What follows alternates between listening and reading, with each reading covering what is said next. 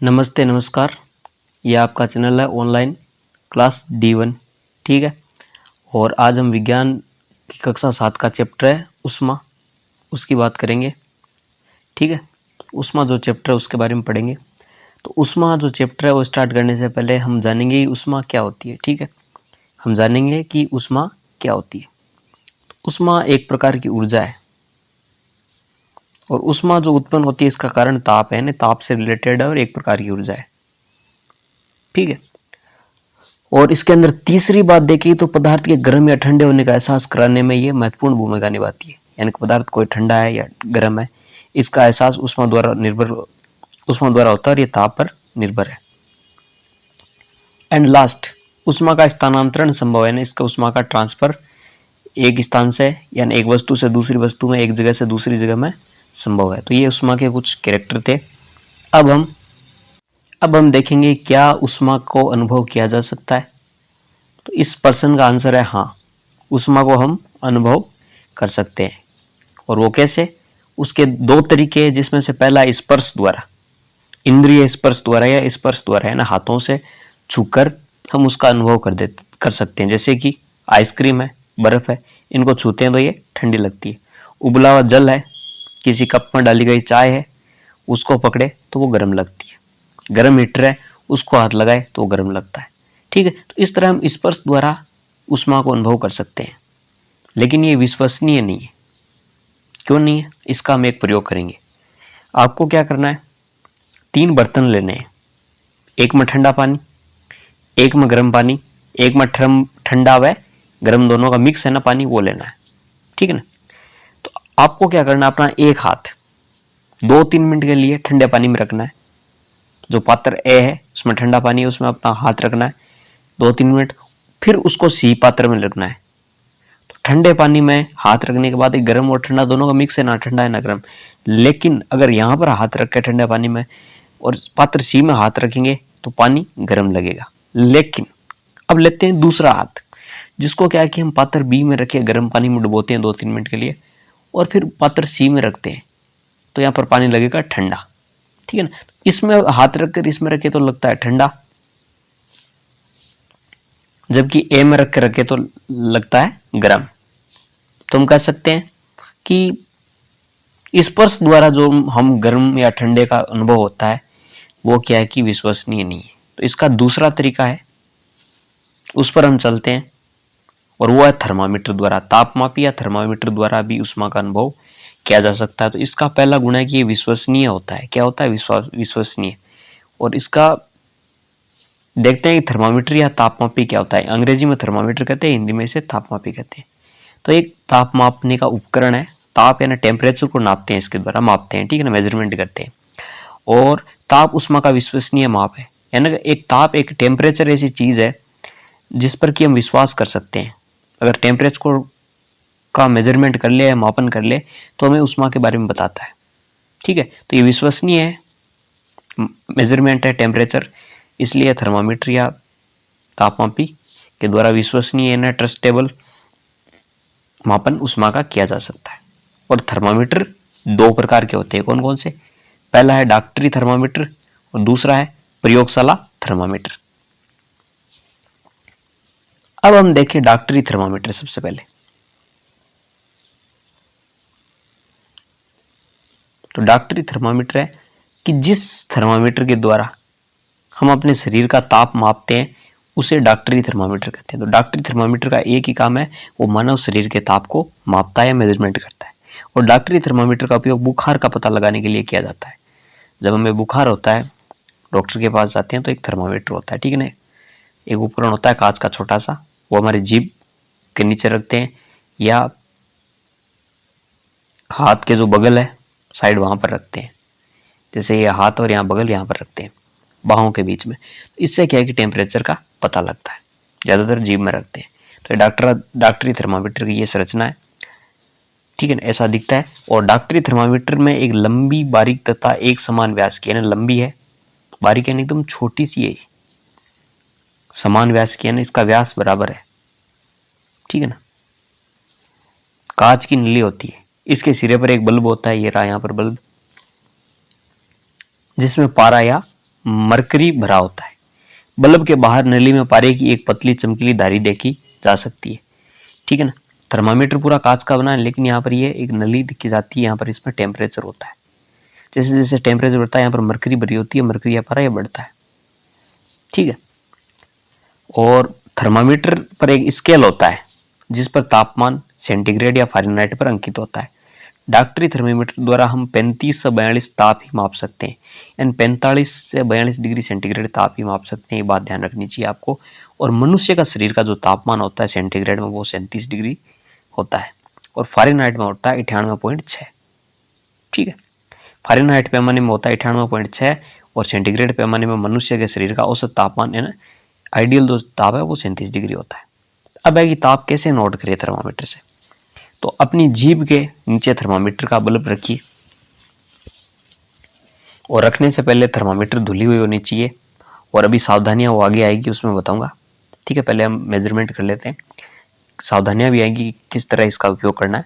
और थर्मामीटर का बल्ब नीचे रखना है, थोड़ी देर रखना है, 15, 20, 25 सेकेंड।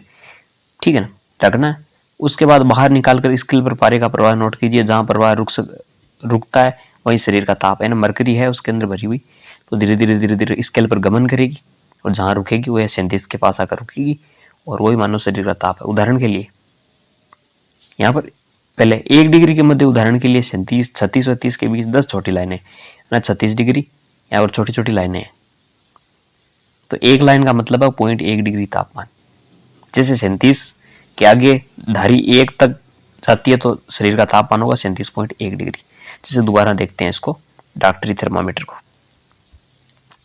जैसे यहाँ पर 36 है और यहाँ पर 37, इनके बीच में छोटी छोटी 10 लाइनें होती है।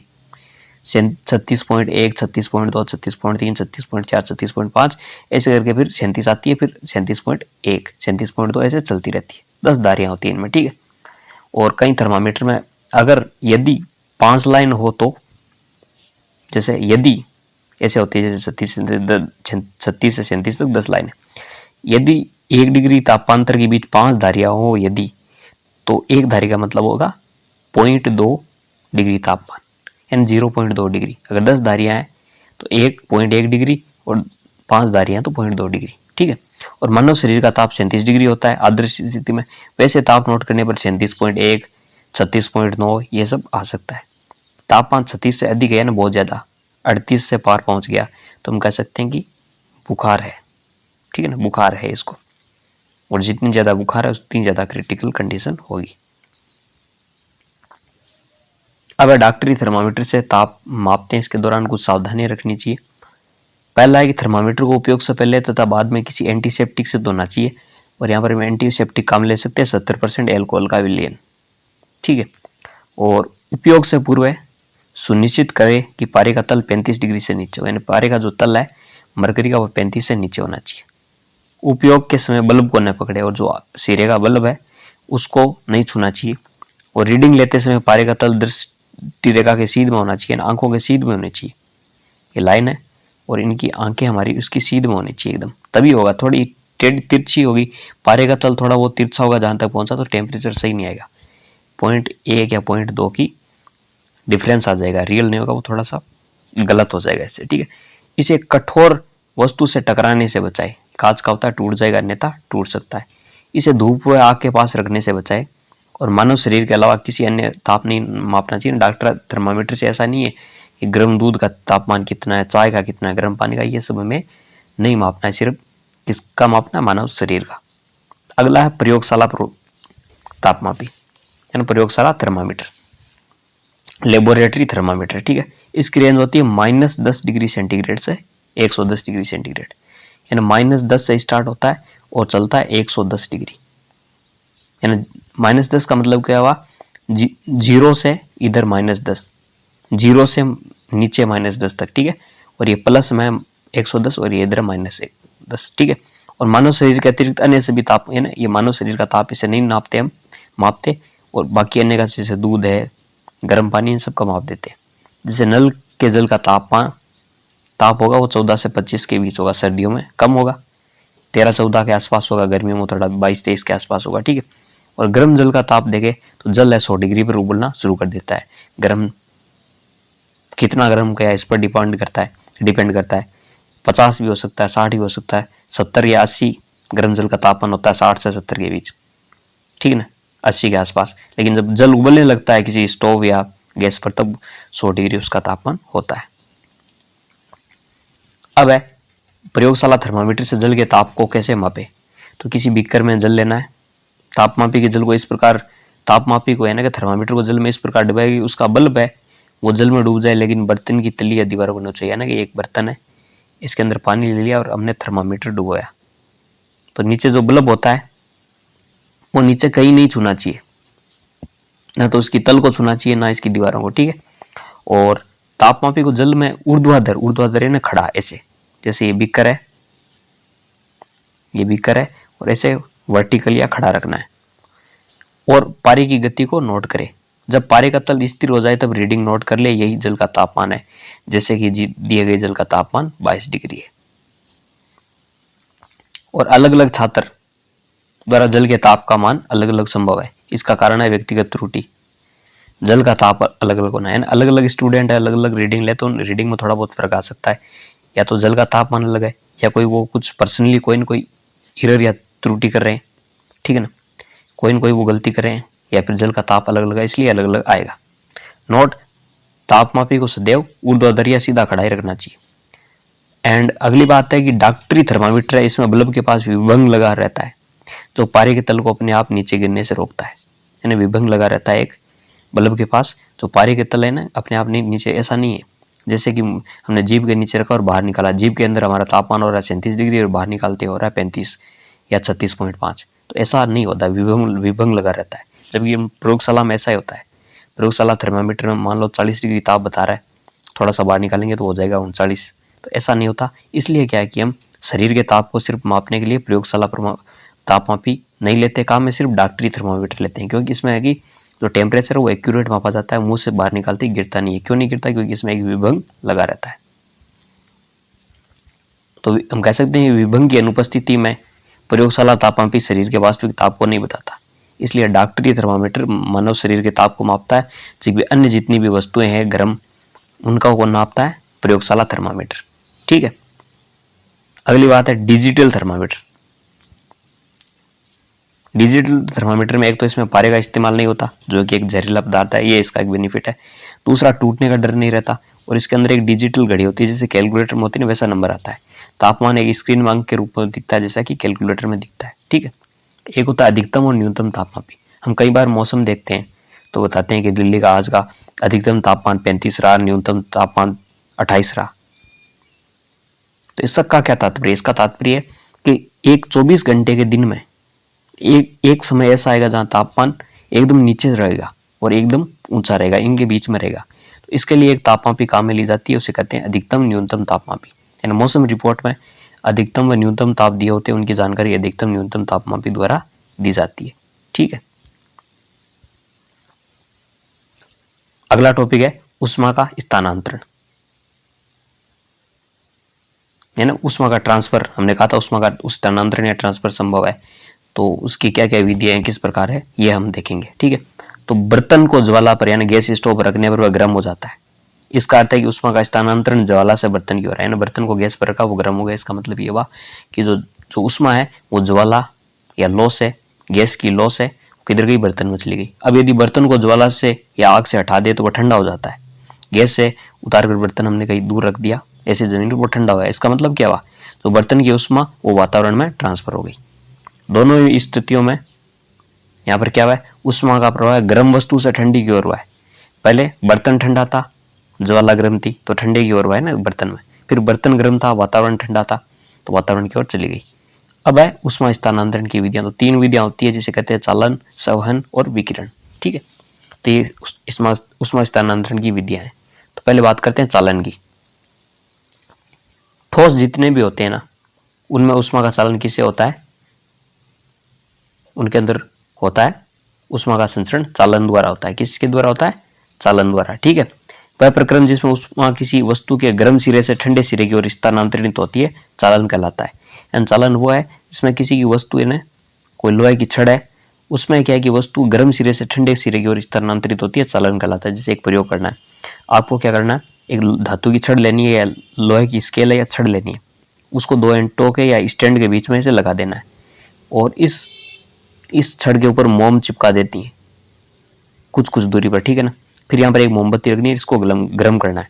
तो क्या कि ज्वाला होगी ना, ज्वाला से उष्मा इस छड़ में जाएगी, जैसे जैसे गर्म होगी तो ये मोम पिघलना स्टार्ट करेगा और नीचे गिरेगा, जिससे ये सिद्ध होता है ये जैसे यहाँ तक बढ़ेगी आखिरी सिरे तक जो मोम होगी वो पड़ जाएगी, नीचे गिर जाएगी पिघल कर। चूंकि जो मोमबत्ती के पास वाली मोम है वो पहले गिरेगी क्योंकि उष्मा पहले मिल रही है, तो इससे साबित होता है कि एक सिरे से दूसरे सिरे की ओर उष्मा का चालन हो रहा है। तो ये इसमें दिखा रखा है। चित्रानुसार धातु की छड़ को मोम के टुकड़े चिपकाकर ईंटों के बीच रखते हैं, फिर एक सिरे पर जलती हुई मोमबत्ती रखते हैं। जैसे जैसे छड़ गर्म होती है, छड़ पर चिपकी मोमबत्ती पिघलकर नीचे गिरने लगती है।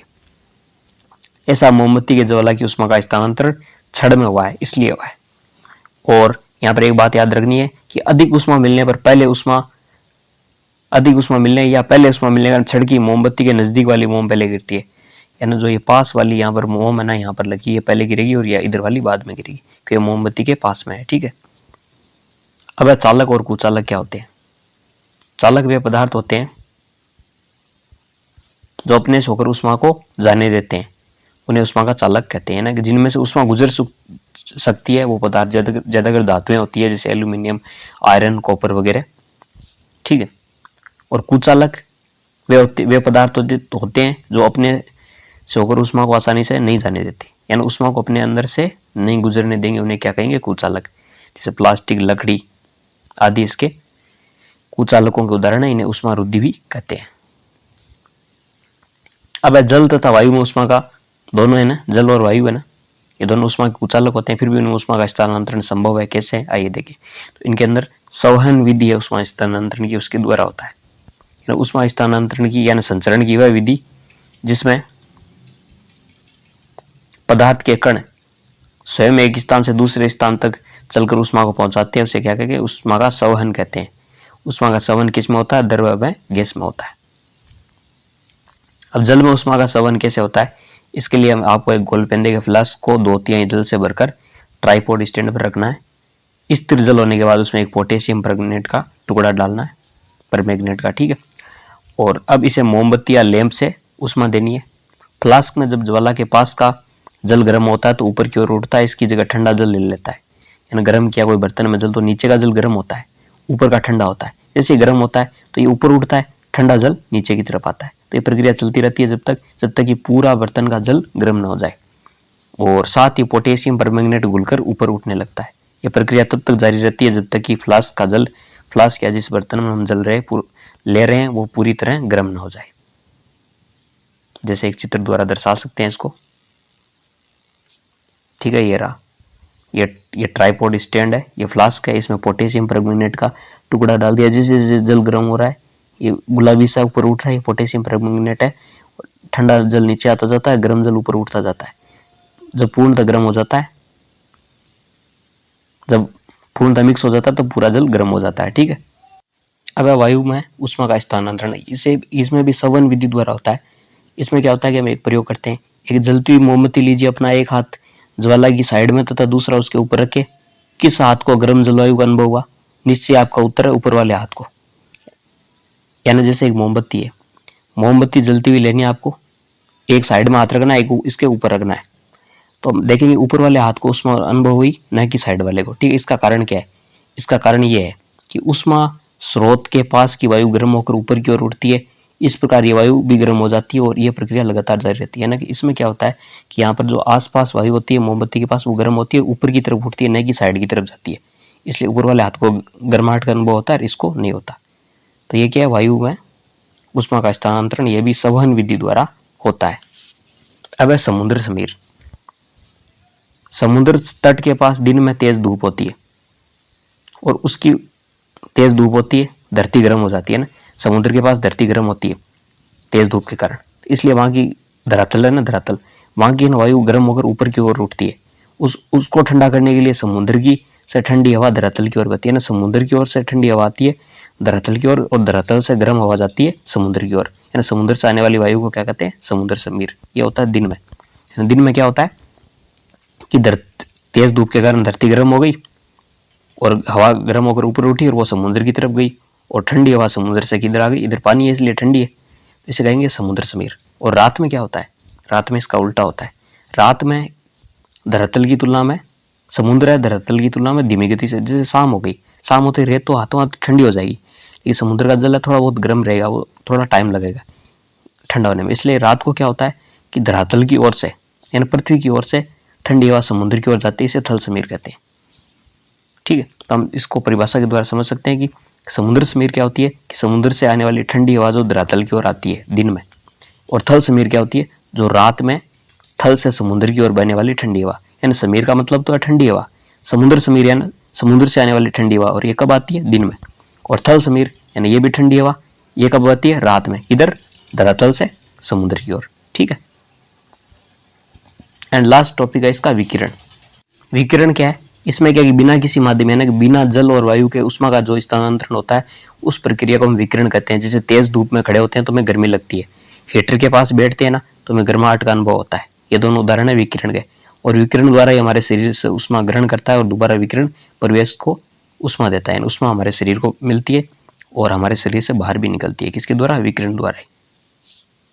बाहर कब निकलती है, गर्मियों में, और हमें पसीना आता है और ठंडक का अनुभव होता है। और सर्दी और गर्मी में पहने जाने वाले कपड़ों के प्रकार, कोई भी काली वस्तु या काला कपड़ा या गहरा रंग होता है ना, उसमें क्या उसमें विकिरणों को अधिक मात्रा में अवशोषण करने की क्षमता होती है, इस कारण वह जल्दी गर्म होता है। यही कारण है कि हम सर्दी में गहरे रंग के कपड़े पहनते हैं ताकि कम ठंड लगे, जबकि गर्मियों में हल्के रंग के कपड़े पहनते हैं। या तो सफेद रंग के कपड़े पहनेंगे गर्मियों में, वो क्या है उष्मा यानी गर्मी उष्मा का शोषण कम करेगी, अतः हमें ठंडक अनुभव होगी और गर्मी कम लगेगी। जबकि सर्दियों में गहरे रंग के या काले रंग के कपड़े पहनते हैं, क्यों, क्योंकि वो उष्मा का अवशोषण ज्यादा करती है और हमें गर्मी लगती है। इसके अलावा हम सर्दियों में क्या है कि ऊनी वस्त्र पहनते हैं। ऐसा क्यों है, सर्दियों में हम ऊनी वस्त्र पहनते हैं, ऊन उष्मा रोधी होती है इसके कारण। इसके अलावा ऊन के रेशों के बीच वायु फंसी रहती है, ये वायु हमारे शरीर की उष्मा को ठंडे परिवेश की ओर विकृत होने से रोकती है, तय में उष्णता या गर्मी का अनुभव होता है। यानी ऊन होती है ऐसे होती है, ठीक है ना, इसमें थोड़ी थोड़ी वायु फंसी रहती है और ये वायु गर्म होती है। ये गर्म जो वायु होती है ये शरीर को गर्म रखती है और हमें सर्दी से बचाती है। अब जैसे कि एक या तो हम एक मोटा कंबल ओढ़े, ठीक है, एक मोटा कंबल ओढ़े या पतले पतले दो कंबल ओढ़े, तो ज्यादा गर्मी किससे लगेगी, दो पतले कंबलों से। ऐसा क्यों, ऐसा इसलिए कि उनमें तो एक वायु की परत रह जाती है। एक मोटे कंबल की तुलना में एक के ऊपर एक जुड़े पतले दो कंबलों से अधिक गर्माहट अनुभव होती है, क्योंकि दो परतों के बीच एक वायु रह जाती है। जहां जहां वायु की एक पतली परत रहेगी और दोनों साइड ऊन है तो वो गर्म रहेगी और बाहर की ठंडी वायु से हमें बचाएगी, ठीक है ना। इसी तरह भवन निर्माण खोखली ईंटों से करे तो उनमें एक वायु की परत रह जाती है, इससे ऐसा घर बनेगा कि सर्दी में सर्दी और गर्मी में गर्मी नहीं होगी।